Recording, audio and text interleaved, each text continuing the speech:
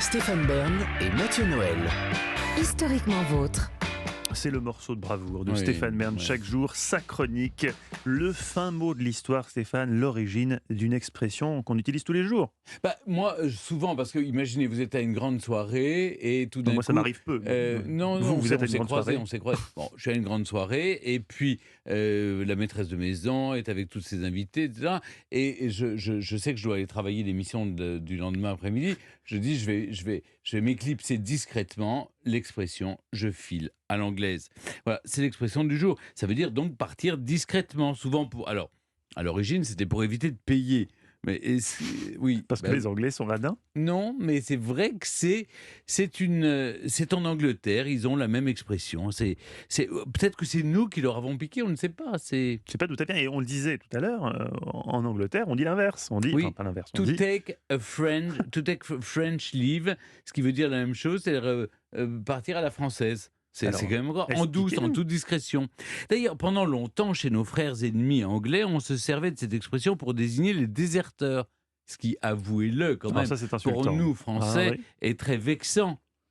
Mais ce qui est encore plus humiliant, c'est que les Anglais disent également prendre congé à la française. Et qu'en Espagne, ah oui, pardon, c'est que les Allemands disent également prendre congé à la française. Et que les Espagnols disent despedirse à la française. Ah bah, tout le monde dit à la française. Alors il y a que nous qui disons filer à l'anglaise. Comme si les mauvaises manières étaient forcément françaises.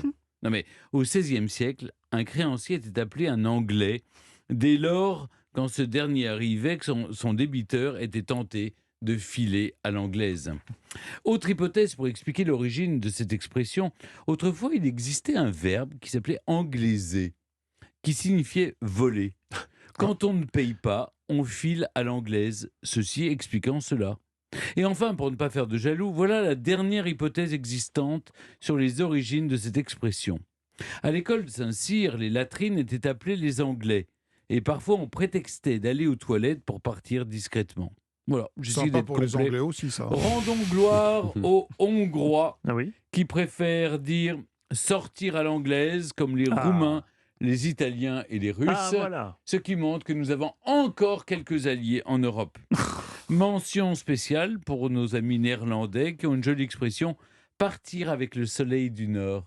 C'est beau, non ? C'est magnifique, Stéphane.